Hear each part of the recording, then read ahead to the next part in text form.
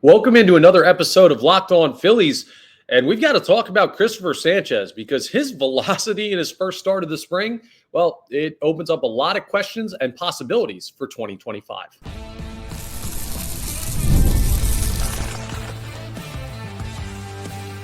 You are Locked On Phillies, your daily Philadelphia Phillies podcast. Part of the Locked On Podcast Network, your team every day.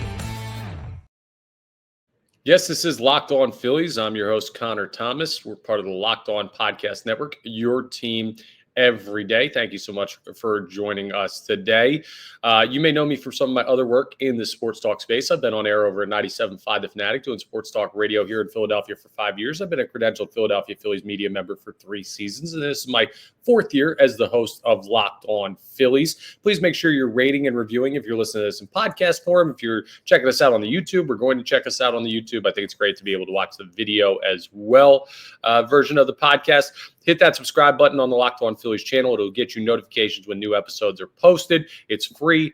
It's super easy to do. And it's the number one way to help us out here on Locked On Phillies. So I really appreciate everyone who's done that and is going to do that and all of that great stuff that really supports Locked On Phillies. I appreciate our listeners very much. I have to thank our listeners at a point in this episode because I made an error in our version 1 of our opening day roster prediction. Now, listen, I missed stuff at spring training for everybody. The Weston Wilson injury is going to be interesting. We got to talk about that. I put him on the roster. I completely forgot about the oblique strain. That's actually a bigger conversation that we're going to have. Secondly, in the episode, we're also going to talk about the scorebug change. I know that's been a hot topic amongst Phillies fans on social media recently, but where we start is this conversation about Cristopher Sanchez and his velocity uptick because he made his first start of the spring. And this dude is throwing gas. Now, he only threw 2 innings, right? So it's different. You know how it is, like when you see guys throwing the All-Star game is probably the best example of it. And they know, like, I got 1 inning. I'm going to go out there and chuck it. Guys that throw 103 now throw 105. Guys that throw 100 now throw 102. All of that stuff because you're not saving anything. It's not a marathon anymore. It is this 100-meter dash through an inning's worth of work for guys that already throw hard. So with only 2 innings worth of work, and Cristopher Sanchez knowing he's not going like deep into a ball game, I don't want to overreact to this. And I also don't want to overreact because these are reports from what was showing on the scoreboard down there in Florida. It wasn't on the broadcast or anything, so we didn't have the gun showing on the TV broadcast, but you could see from the videos, Cristopher Sanchez throwing heat. Like, let me talk to you about Cristopher Sanchez's uptick in velocity real quick, because this is not out of the realm of possibility. So a couple years ago, he was like sitting 90 to 91 on the fastball. And then last year, he ups it to like 93, 94 on the fastball. He's still not a flamethrower by modern major league standards, but 93, 94 can get a lot done, especially when you have one of the greatest changeups in the game right now, arguably the greatest changeup in the game right now. But you know what makes that changeup more effective? An increase in fastball velocity. So every mile an hour you add, it's a mile an hour that by comparison drops on that changeup, which changes the hitter's timing. It makes people more uncomfortable to face those pitches back to back. You worked on stuff with the slider this offseason. We'll see how much that factors in. But really the bread and butter for Cristopher Sanchez is that changeup, and a harder fastball creates a more effective changeup. Simple, logical reasoning there, right? Well, according to reports from the stadium, he was throwing on the gun on the scoreboard, 97, 98 was where he was sitting for his 2 innings of work. Like, I don't expect Cristopher Sanchez to throw 98 this year. Like, I don't think that's going to be a thing that happens. Again, remember, Florida, warm weather. If you haven't ever like thrown a baseball competitively, if it's warmer out, obviously the bats feel better, but your arm feels better. Your body feels better. You're looser. You throw harder when it's warmer out. When it's 75, velocity is easier to come by than when it's 55. So when you come back up north, you start the season. It's going to take a while to work into stuff. So I don't know what we see from Cristopher Sanchez velocity-wise, but let's live in a world where instead of 93, 94, he's 95, 96. That can be a big difference when your biggest out pitch is the changeup, the perfect pairing with that fastball. So awesome to see another uptick in velocity. Really, really good to see. I don't know where his ceiling is at velocity now because we've seen these upticks over the past couple of years. I don't think all of a sudden he's going to be throwing like 102 in a couple of years. years. Like there's a limit to every guy's ability to throw hard, or everybody would be throwing 105 like Ben Joyce. But that's just not going to be something that you see as a realistic possibility for Chris Sanchez. But man, could you be seeing a guy that throws 96, 97 this year?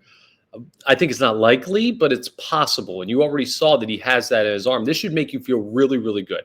And not just about Cristopher Sanchez's ability to pair that with his changeup, because frankly, Cristopher Sanchez could throw 91, 92 and still make that changeup effective because of the spotting of that pitch, the control he has, the tunneling, which is keeping the same arm slot and release. Like he throws changeup from here, fastball from here, if you're watching on the YouTube, like let it go in the same spot so that it's harder to pick up what that pitch is.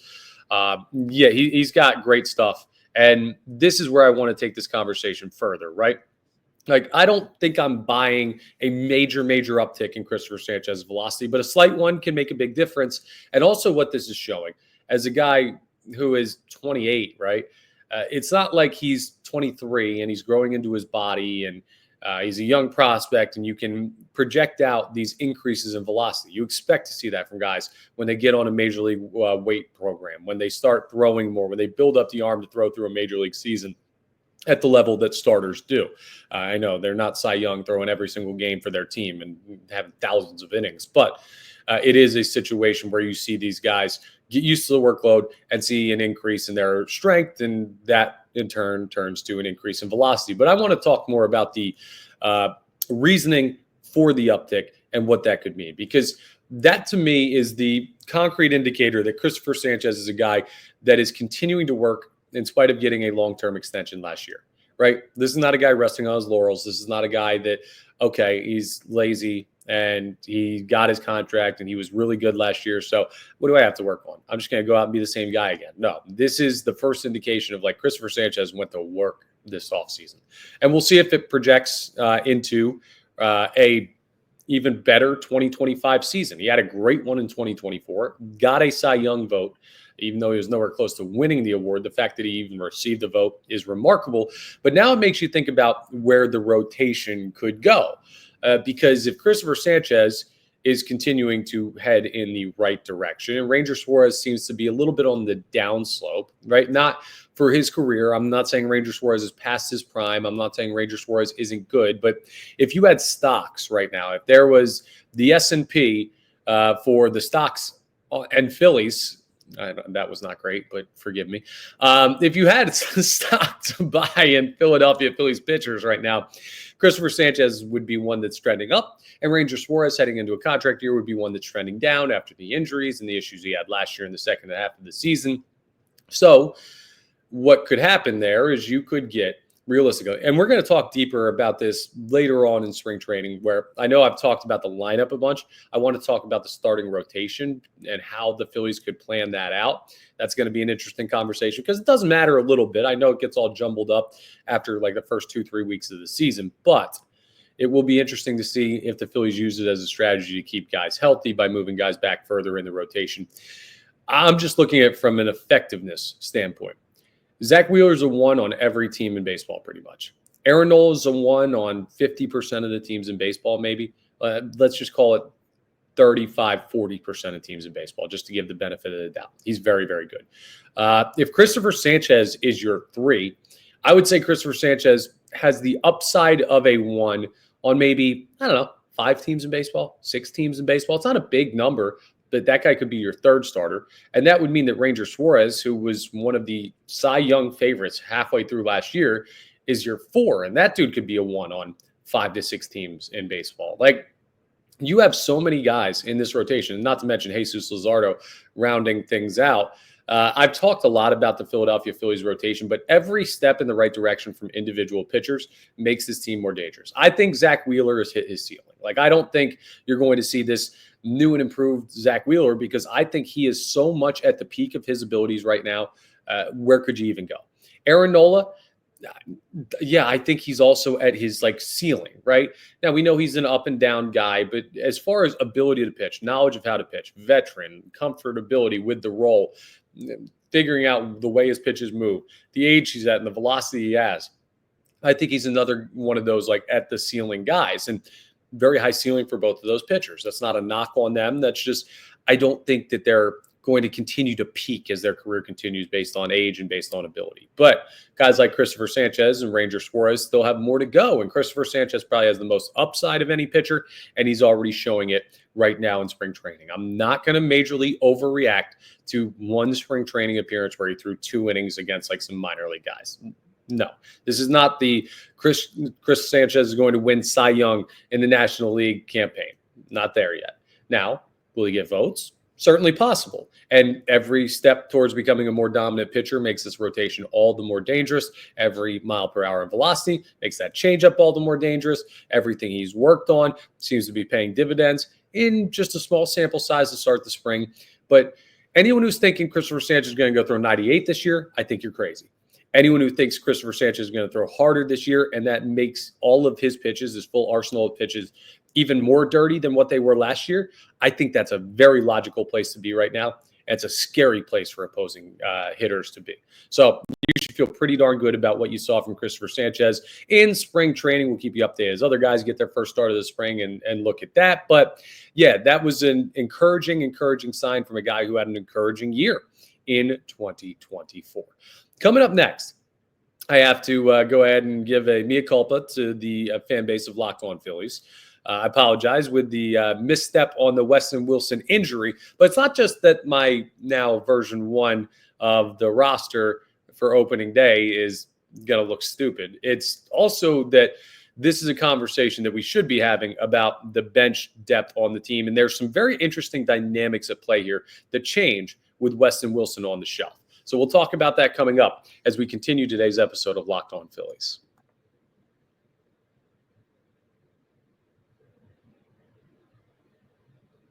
Yeah, so I had Weston Wilson making the team, and he's out 4 to 6 weeks with an oblique injury, an oblique strain or whatever exactly it is. They're going to be more cautious with him because it's spring training. He's not getting ready to play in the playoffs or the World Series or anything like that. You're fine. You got a long way to go. So rest him, take the cautious approach. That's totally the way they should do it, right? But while he could feasibly be back for the start of the season if things progress very quickly, who knows if that would be like we got to have him on the team thing.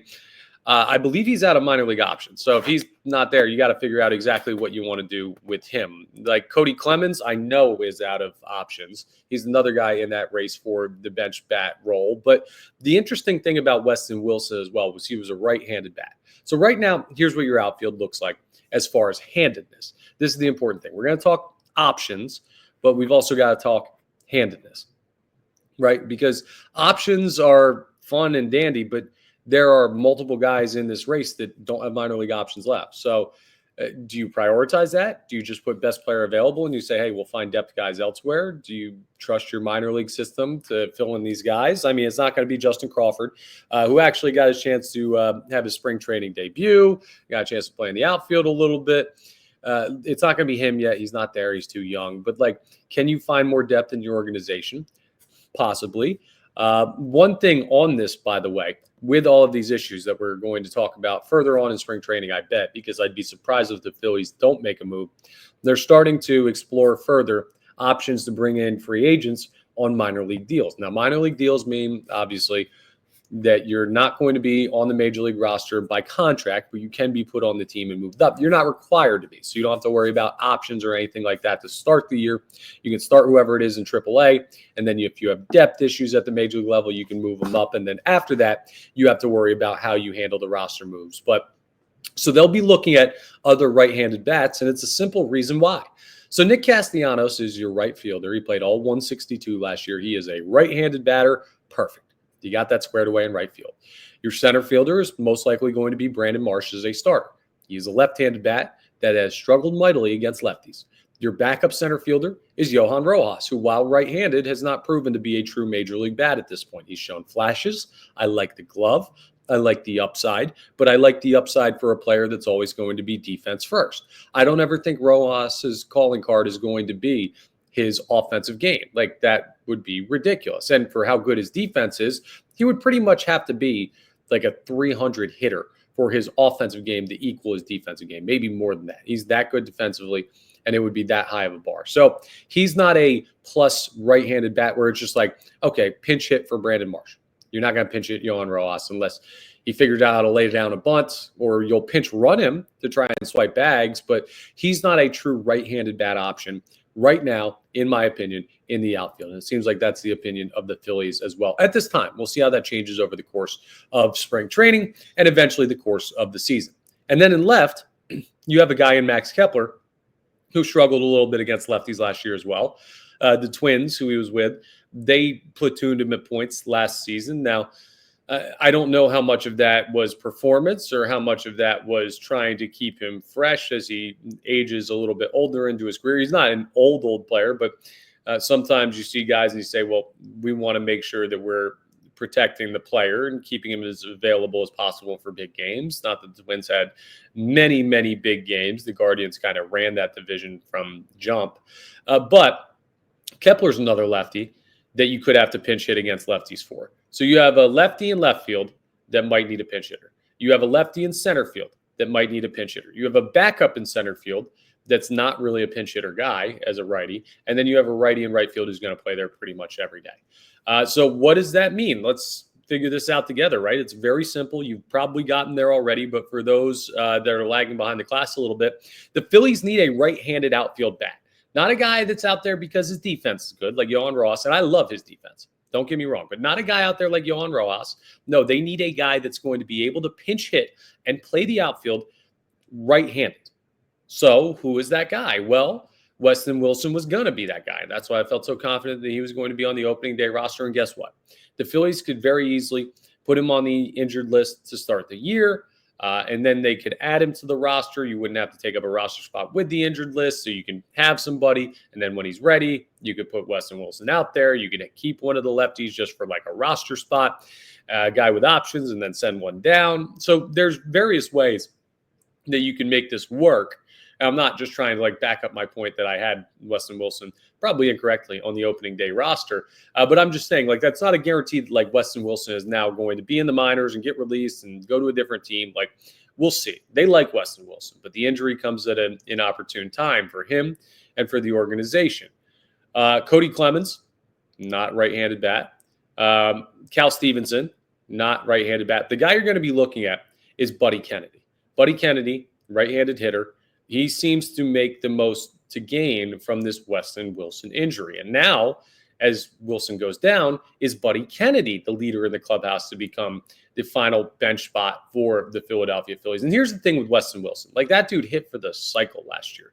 That dude had some moments for the Philadelphia Phillies. I think he is I hesitate to say quad A player because he may be like a major league bench piece on teams. Now, this is a very lofty team to be a part of. The Phillies are a really good team that is contending for a World Series right now. So it's not like they're who am I going to take a shot at today? Who's a bad team we can go after? It's not like I'll just go to the Miami Marlins, where you're trying to fill salary because you have to reach a certain floor because you're not paying your major league roster enough to reach the threshold of the MLBPA's requirement. Like, no, this is a good team. So it's going to be hard to find a spot on this roster comparatively to other teams in baseball. So other teams may want Weston Wilson. He doesn't think he just may not be a bench piece on a World Series team, but he was probably going to be if he was healthy. And now Buddy Kennedy being the next best option as a right-handed bat. You know what this says to me, right? Like, the whole point of bringing up Weston Wilson's good for what he's being asked to do. I don't think he's like a major league starter, but he's good for that spot. The reason I bring that up is Buddy Kennedy, local kid, great story, awesome. I root for every single Philly, right? Like, all of these guys I want to succeed, including the guy that I rip a lot, Taijuan Walker. I want him to succeed so he can get traded. But so I'm not like trying to knock Buddy Kennedy. I'm not trying to say this guy thinks he's a very talented baseball player in the grand scheme of things. But if we're starting to say Buddy Kennedy is our best right-handed bat option in the outfield, that feels a lot more changeable than Weston Wilson. Weston Wilson has a better track record at the major league level, a longer minor league career. He is a guy that if you had him as a depth piece, I would say, okay, let's rock. Buddy Kennedy is a guy where if you had him or player X, who's just a right-handed AAA outfielder, I wouldn't be able to guarantee you that Buddy Kennedy is going to give you more. Like, I can't. He may. But all I'm saying is, like, when Buddy Kennedy becomes potentially your best option as a depth piece, that's when you start saying, okay, well, who else do we have? Because it shouldn't be impossible to find another player of this caliber or maybe even a higher caliber, right? Weston Wilson was a higher caliber. He's now hurt. So what do the Phillies do? Do they go out in free agency and do they bring in more guys, right-handed hitting outfielders on a minor league deal? Possible. Do they do that anyway, even if they like Buddy Kennedy to have the spot just because they need more bodies at the position? I think that's an absolute must-have for the Philadelphia Phillies. Do they look at guys differently as far as Cody Clemens and Cal Stevenson and who's got options and who doesn't? I think that now takes a backseat to whatever can help your major league team be in the best possible place to succeed. Like, I don't think you get to prioritize minor league options when your outfield is a spot that is the weakest spot on a World Series contending roster. It's very interesting how these injuries to players competing for spots now open up not just paths for players in the organization, but they force the organization to go add more players to bring into the player pool to try and weigh their options. So expect that over the next couple of weeks. More right-handed bats being part of the Phillies spring training. Expect Buddy Kennedy to get a lot of looks. Guy went yard already, I believe. Is he the one that went yard? I think he went yard in the first spring training game or second spring training game. I got so much stuff bouncing around in my head right now. I'm not used to it. It's spring training for everybody, folks. But it'll be a very interesting dynamic that just got more interesting, that final spot on the bench. Something that's not as interesting is the new scorebug for the Philadelphia Phillies. Yeah, I know. We're talking scorebug, but this is important, folks. This is very important. I hold this podcast and the content that I give you in high esteem. And that's why we talk about the most important issues facing the Philadelphia Phillies. And the discourse has gone too far on social media. The Philly scorebug has to be talked about. I'll tell you exactly what's going on if you're not up to date on the story and why it's a mistake as we wrap up today's episode of Locked On Phillies. But first, let's talk about FanDuel, because when the game tips off, the NBA action is just getting started, and there's no better place to get in on it than FanDuel, America's #1 sportsbook. With FanDuel, you can place live bets throughout the game, so even if you miss the opening tip-off or you want to bet on a fourth quarter comeback, you could stay in the action. If you're looking for a bigger payout, you can even combine your live bets into a same-game parlay. Like, live betting is my favorite on FanDuel because it keeps every moment of the game exciting. You might bet a team like -6 to start the game, or -6.5, we'll call it. And they're getting blown out at halftime. They're down 30. Not that that would ever happen to your Philadelphia 76ers. But the point is, that bet's dead. And you're like, wow, do I have to watch the rest of this game and I can't do anything else? No, you can live bet with FanDuel. It's great. You never feel like you missed your chance. Plus, the app's easy to use. And when you win, you get paid instantly. Right now, new FanDuel customers can get $150 in bonus bets if your first $5 bet wins. Just visit FanDuel.com to join today. That's FanDuel.com for your shot at $150 in bonus bets. Make every moment more with FanDuel, the official sports betting partner of the NBA. All right. This is the #1 place to come for this type of conversation, because the Philadelphia Phillies have changed their scorebug. No longer is it the logo and then the score and then the logo and then the score. They have gone with abbreviations. So, for example, the other day when they were playing the Baltimore Orioles, it was BAL on one side and PHI on the other for Baltimore and Philly. Now, that's a tough thing because there was a very special thing about the old Philadelphia Phillies scorebug on NBC Sports Philadelphia, and that was this.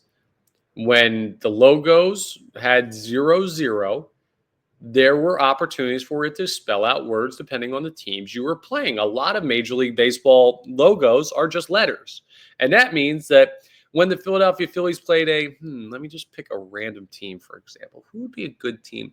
Let's say they were playing the Pittsburgh Pirates, for example, another team whose logo is just the letter. Well, then that would be a P and 2 zeros and a P.